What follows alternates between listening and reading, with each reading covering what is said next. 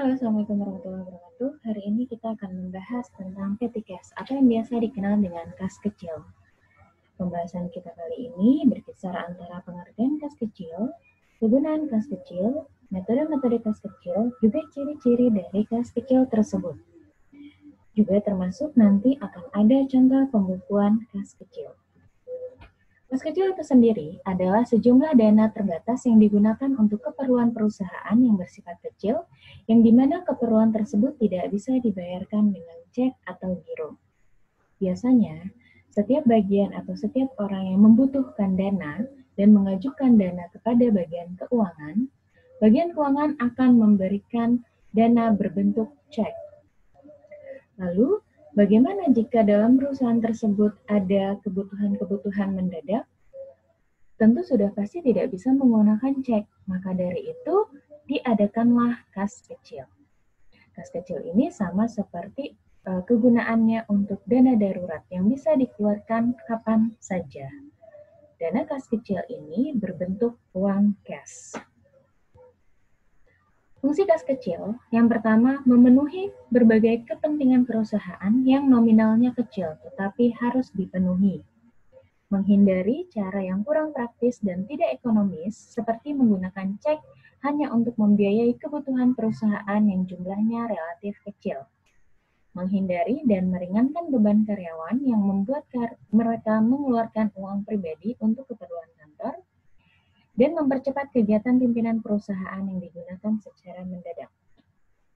Fungsi kas kecil ini sendiri adalah perwujudan dari pengertian kas kecil, di mana dana tersebut bisa digunakan secara mendadak, dana tersebut untuk kebutuhan yang bersifat kecil, untuk mengurangi keterlibatan atau kevoluntiran karyawan mengeluarkan uangnya untuk membeli barang. Contoh misalkan, jika pulpennya habis, pensilnya habis, penghapus habis, karyawan tidak perlu mengeluarkan uang untuk membelinya, namun bisa mengajukan kepada kasir kas kecil.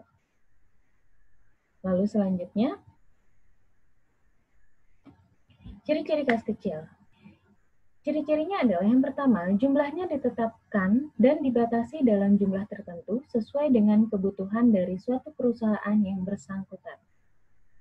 Jumlah kas kecil setiap perusahaan sudah pasti berbeda.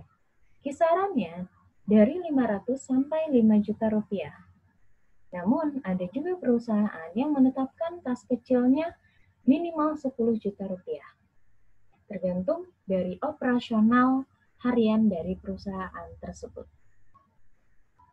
Yang kedua, dipakai sebagai alat untuk membayar berbagai transaksi yang rutin dilakukan setiap hari yang nominalnya kecil. Yang ketiga, pengisian kembali untuk dana petty cash dilakukan secara rutin dengan jumlah tertentu yang sesuai dengan SOP akuntansi keuangan yang berlaku. SOP akuntansi keuangan yang berlaku maksudnya adalah yang berlaku di perusahaan tersebut. Ya, jadi untuk pengisian kembalinya menyesuaikan dengan metode yang dianut. Metode apa saja akan kita bahas di selanjutnya. Berikutnya adalah contoh kegunaan kas kecil. Contoh kegunaan kas kecil, yang pertama bisa untuk konsumsi rapat, materai, membeli ATK.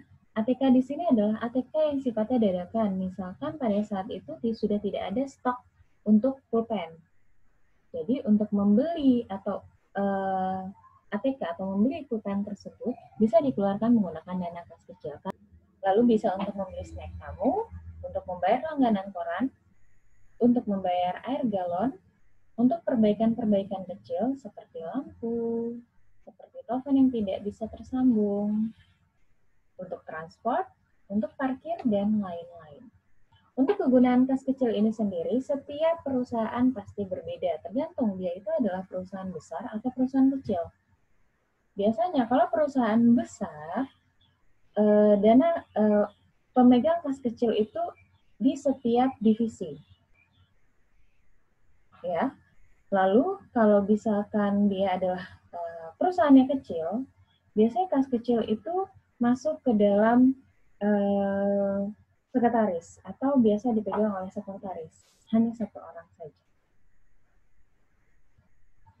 Nah, untuk perbaikan-perbaikan, di sini ada perbaikan kecil. Perbaikan kenapa tidak bagian maintenance? Kembali lagi, tergantung bentuk perusahaannya. Jika perusahaan besar, untuk perbaikan pasti ada bagiannya, yaitu bagian maintenance. Namun kalau perusahaannya kecil, biasanya memanggil orang luar untuk memperbaiki. Ya, misalkan untuk mencuci AC, memperbaiki listrik yang tidak bisa menyala, internet, dan lain-lain. Namun jika dia perusahaan besar, sudah pasti ada bagiannya tersendiri. Berikutnya adalah metode kas kecil.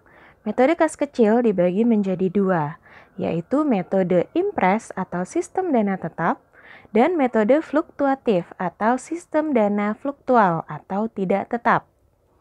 Nah, ciri-ciri untuk metode impres yang pertama adalah dana di akhir pembukuan selalu sama dari awal pembentukan, pencatatan dilakukan saat pengisian kas kembali, dan yang terakhir, kasir kas kecil hanya mengumpulkan bukti-bukti transaksi.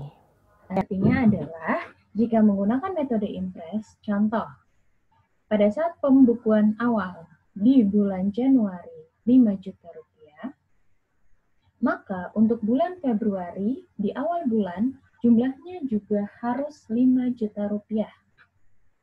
Bagaimana itu bisa terjadi? Kita kembali lagi. Misalnya di bulan Januari, dengan dana 5 juta rupiah, terjadi pengeluaran selama 1 bulan 4,5 juta rupiah. Nah, karena syaratnya harus tetap, maka di bulan Februari, saldo sebelumnya kan 500.000. Maka harus diisi 4.500.000 atau dana yang habis di bulan Januari tersebut untuk mengisi kembali supaya dananya menjadi 5 juta. 4.500.000 ditambah 500.000. Ya, 500.000 adalah saldo akhir dari dana bulan Januari.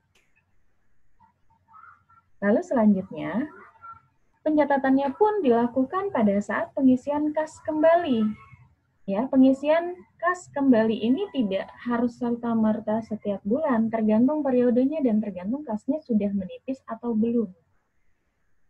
Pada saat dirasa misalkan belum sampai 1 bulan, kasnya sudah menipis, maka si kasir kas kecil atau si pemegang kas kecil langsung membuatkan laporannya berdasarkan bukti-bukti yang dikumpulkan. Buktinya apa saja? Bisa nomor voucher. Bukti voucher itu maksudnya adalah jadi setiap transaksi yang keluar, setiap uang yang keluar, kasir kas kecil membuatkan voucher. Lalu voucher itu seperti kwitansi ya. Lalu nanti orang yang diberikan voucher kas kecil tersebut beserta uangnya akan mengembalikan kembalian jika ada kembalian dan bon-bon pembelian. Ya. Lalu pencatatan dilakukan pada saat pengisian kas kembali, ya ini adalah maksudnya jadi semua bukti tersebut dikumpulkan terlebih dahulu. Dikumpulkannya harus detail, tidak boleh terbuang. Tidak boleh ada yang hilang. Karena kalau nanti sampai ada yang hilang, tidak ada buktinya, maka kasir kas kecil akan nombok. Berbeda dengan fluktuatif, fluktuatif ini adalah dana di akhir pembukuan tidak selalu sama dengan dana di awal pembentukan, lalu pencatatan dilakukan setiap terjadi transaksi. Nah, untuk fluktuatif sendiri, misal, pembentukan dana awal itu adalah 5 juta rupiah. Di bulan Januari, terjadi pengeluaran 4,5 juta rupiah, di mana saldo akhir di bulan Januari itu adalah 500.000. Untuk bulan Februari, pembentukan dananya tidak harus 4.500.000 seperti yang impres lakukan, ya. Tapi jika dia fluktuatif, bisa diisi dengan jumlah-jumlah tertentu. Tergantung kebijakan perusahaan. Jika kebijakan perusahaan menggunakan metode fluktuatif, lalu setiap bulan dana yang disuntikan sama, berarti saldonya hanya akan berubah-ubah. Contoh, di bulan Januari 5 juta. Pemakaian di bulan Januari 4.500.000 dengan sisa saldo 500.000. Lalu, pada saat bulan Februari disuntikan lagi 5 juta. Maka saldo di awal bulan Februari adalah 5.500.000. Untuk lebih jelasnya akan saya jelaskan dalam bentuk tabel, dalam bentuk buku kas kecil dan contohnya. Untuk pembuatan contohnya, soalnya adalah seperti ini, ya. Baik, berikut adalah cara pengisian laporan kas kecil dengan contoh soal yang sudah ditentukan. Dari contoh soal ini, kita bisa melihat bahwa transaksinya terjadi pada bulan Juni 2020. Maka di sini ditulis Juni 2020. Selanjutnya untuk bagian, karena tidak ada informasi bagian, kita strip saja. Untuk tanggal 1 Juni, pembentukan kas kecil sebanyak 1.500.000. Kita tulis 1 Juni 2020. Nomor voucher karena tidak ada informasi, kita strip. Uraiannya adalah pembentukan dana kas kecil.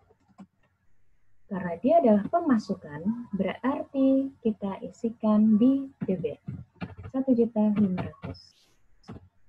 Untuk pembuatan angka yang berbentuk rupiah, tidak perlu menulis Rp atau dipisahkan dengan titik atau koma seperti ini. Itu tidak boleh. Ya, karena apa? Kita akan membuat secara otomatis nanti, memunculkan rupiahnya dalam bentuk otomatis.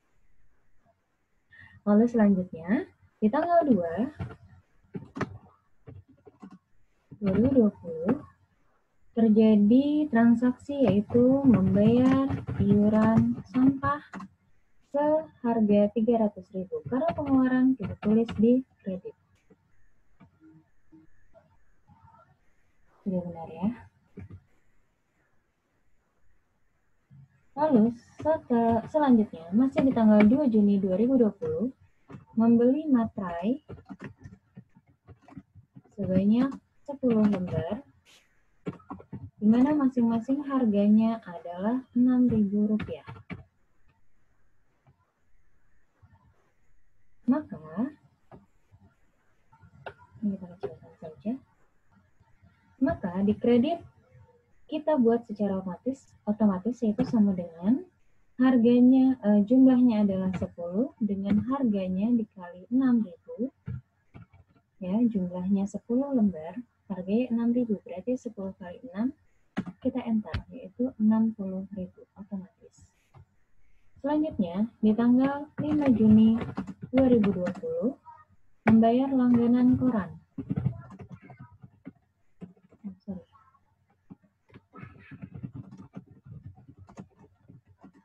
Seharga Rp250.000.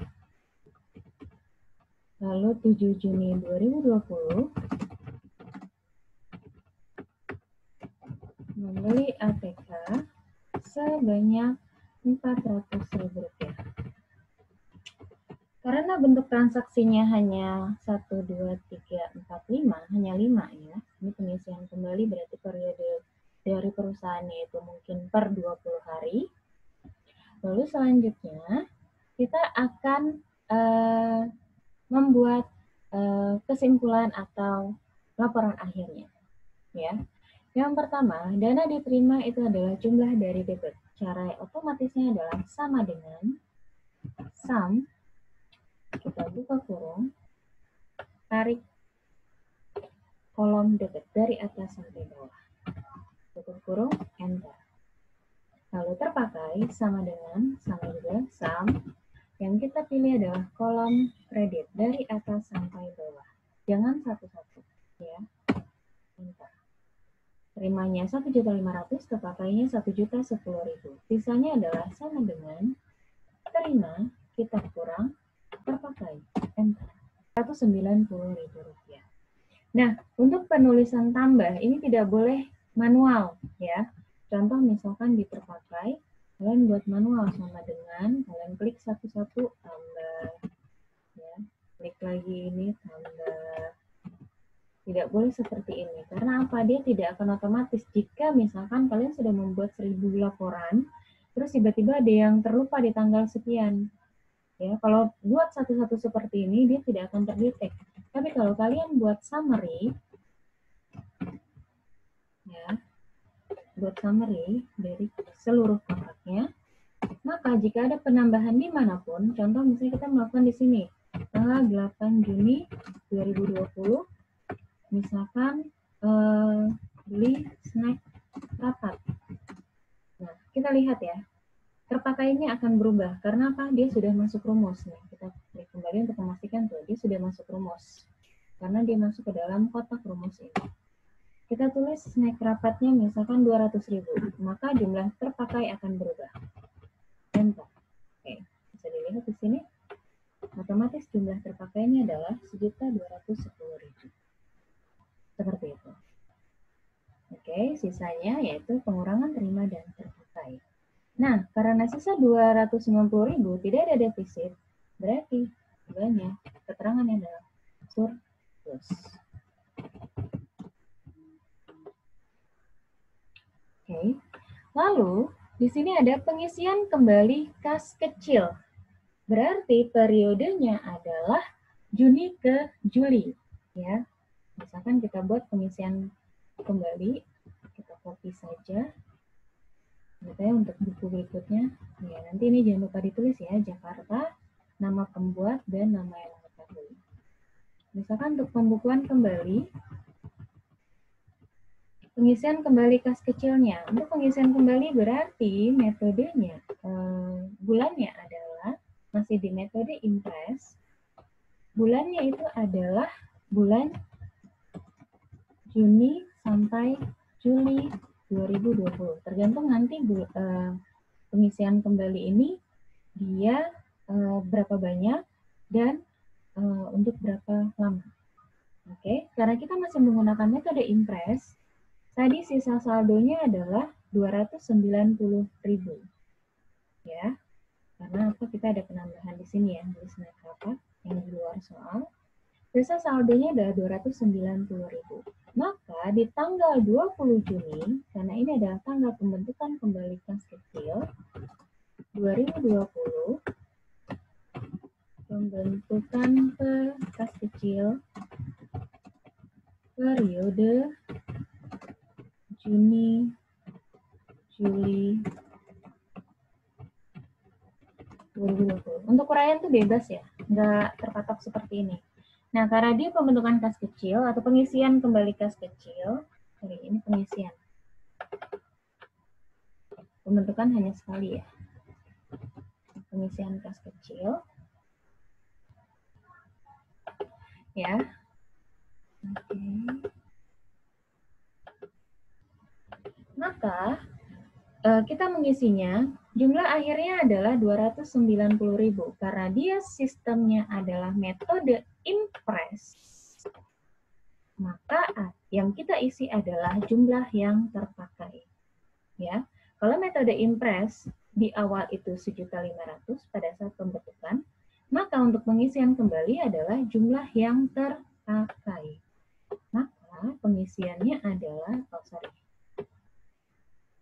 di sini terhitung tanggal 09 Juni 2020,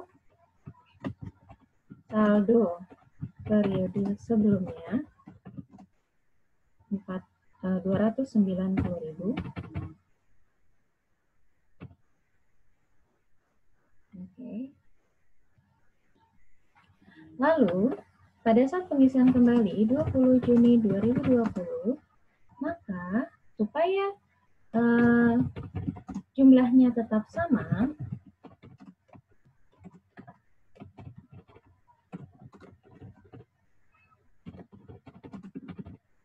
maka pengisiannya adalah sebanyak yang terpakai. Yang terpakai adalah 1.210.000.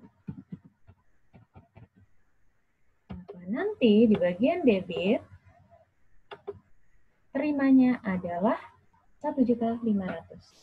Sama pada saat pembentukan kas kecil, 1.500.000. Ya, nah nanti di bulan ini, di periode ini, sama lagi transaksinya. Ya, misalkan di sini sisa 10.000. Berarti nanti untuk periode Juli Agustusnya, saldonya adalah 10.000, pengisian kembalinya adalah 1.490.000. Begitu terus. Itu adalah sistem dengan metode laporan kas kecil impress. Ya, metode impress. Lalu bagaimana dengan metode fluktuatif? Ya, di sini kita copy aja daripada ngetik ulang. Nah, ini kas kecil fluktuatif, gitu ya.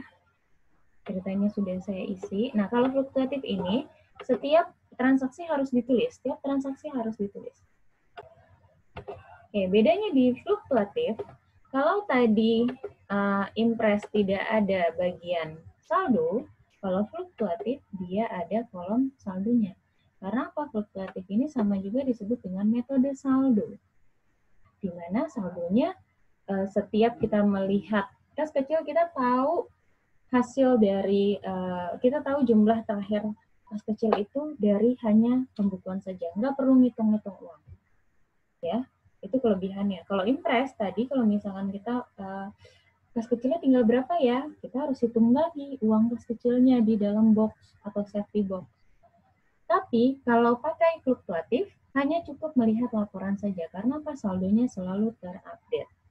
Caranya adalah tadi pembentukan dana kas kecil. Pembentukan dana kas kecilnya adalah 1.500.000. Tetap di debit, ya. Maka saldonya adalah 1.500.000. Selanjutnya, membayar iuran sampah. Membayar iuran sampahnya 300.000. Membayar iuran sampah tetap posisinya adalah di kredit, 300.000. Saldonya langsung harus kita kurangi, ya, dengan cara sama dengan klik atas, min dikurang maksudnya kredit. Seperti ini. Oke, lakukan ke bawah seperti hal yang tadi. Membeli materai 10 buah 60.000. Maka di sini 10 kali 6.000, ya. Maka saldonya adalah, nah saldonya kita tinggal tarik aja. Karena apa? Tadi kan dia sudah otomatis ya. H8 dikurang G9. H8 garis ke-8 dikurang kolom G, ini adalah G yang ke-9. Oke, ini kita tarik aja ke bawah, dia akan otomatis. Ini kenapa belum berubah? Karena di sini belum terisi. Ya, membeli materai 60.000. Berarti jumlah saldonya adalah 114.000. Selanjutnya, membayar langganan koran 250.000. Tinggal isi lagi deh, 250.000. Maka saldonya otomatis berubah. Membeli ATK 400.000, tinggal isi, berubah lagi. Dan membeli terakhir snack rapat 200.000. Yes, ya. Saldo akhirnya langsung terbaca 290.000. Karena sudah tidak ada lagi transaksi, kita hapus saja.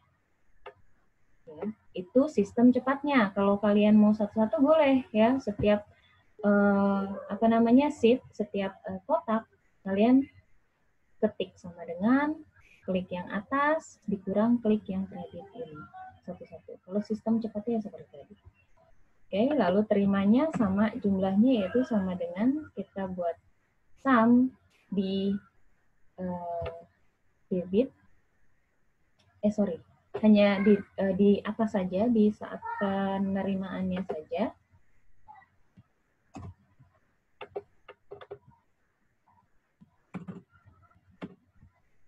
Debit ya. Lalu terpakai. Nah, terpakai berarti saldo akhir. Saldo terakhir ada di sini. Berarti sama dengan terpakainya itu, terpakainya tetap di sini. Nah.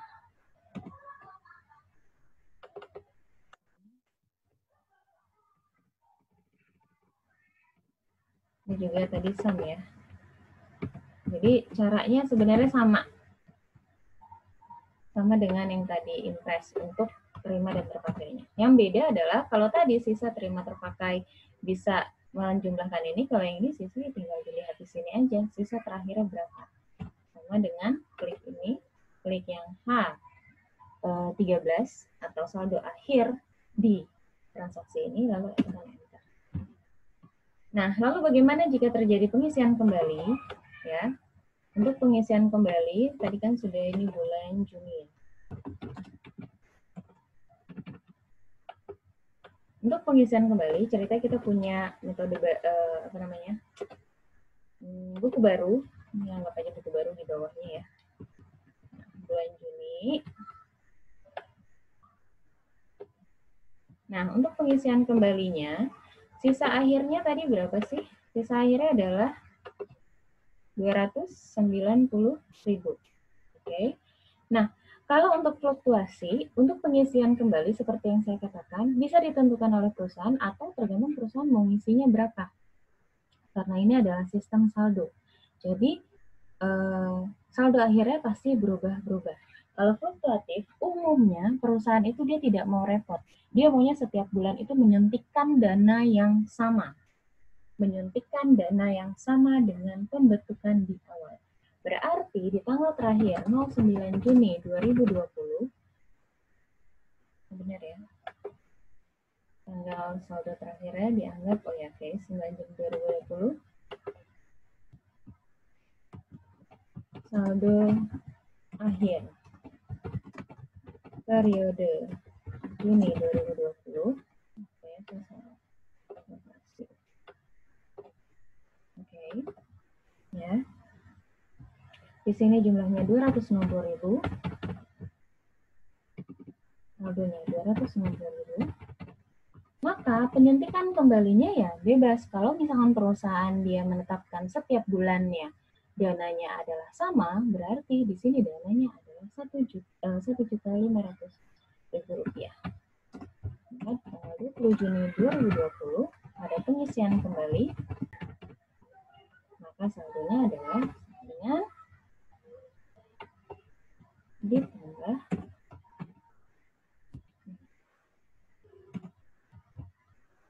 ya 1.790.000 rupiah. Beda kan dengan yang tadi di Impres. Kalau di Impres dia harus 1.500.000 lagi. Ya, bisa dilihat di sini diterima. Kalau di sini, oke, saya lupa mengcopy ini.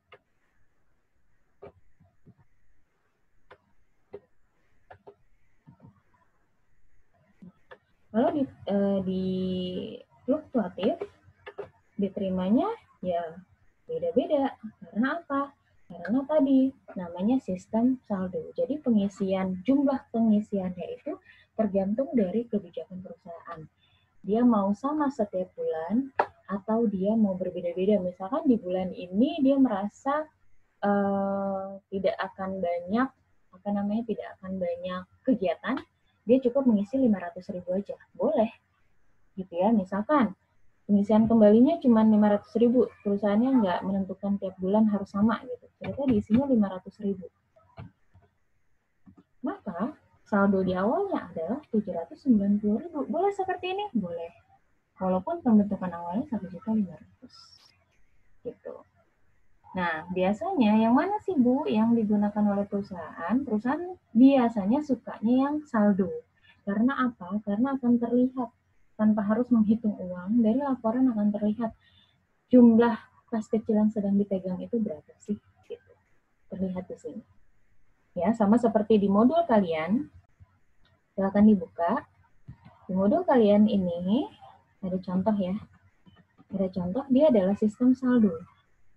Nah, contoh di sini ada nomor bukti, nomor perkiraan. Nah, nomor bukti ini adalah nomor voucher, ya, yang tadi saya jelaskan.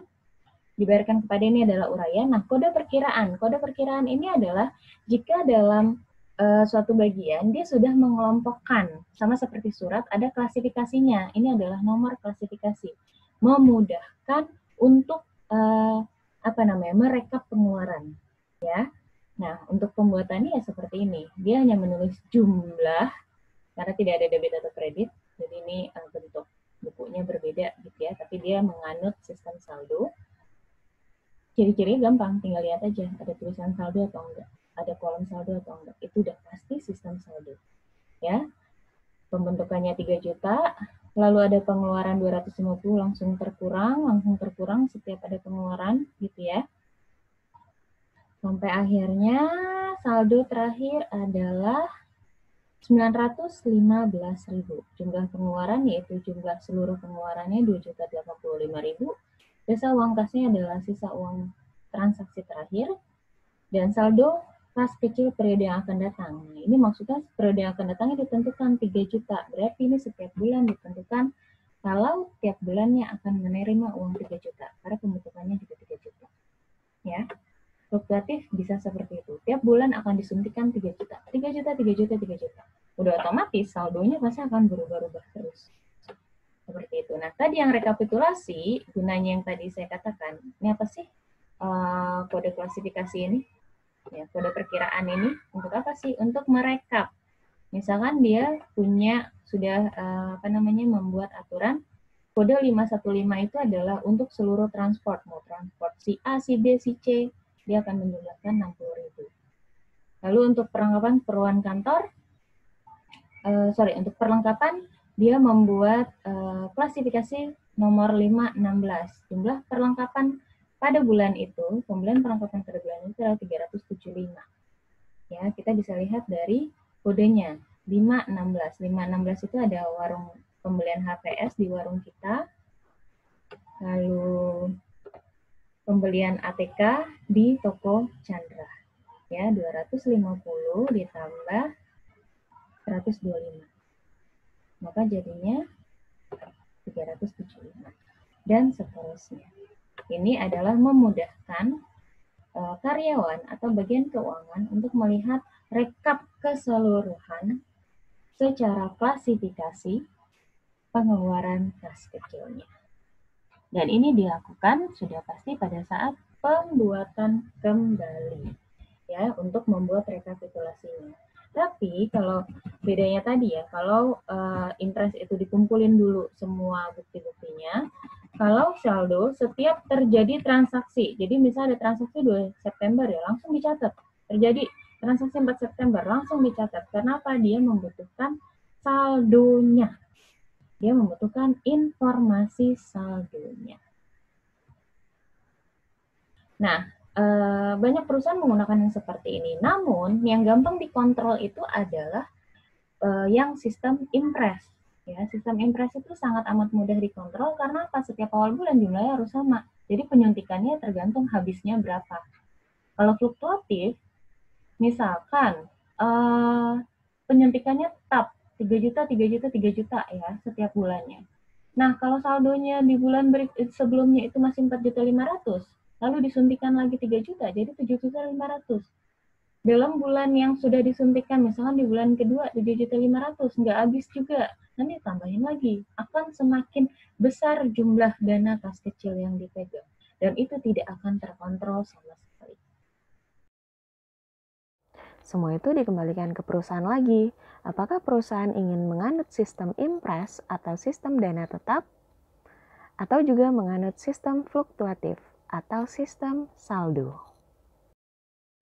Demikianlah video pembelajaran mata kuliah praktikum perkantoran dengan tema kas kecil. Sampai jumpa di video pembelajaran berikutnya. Assalamualaikum warahmatullahi wabarakatuh.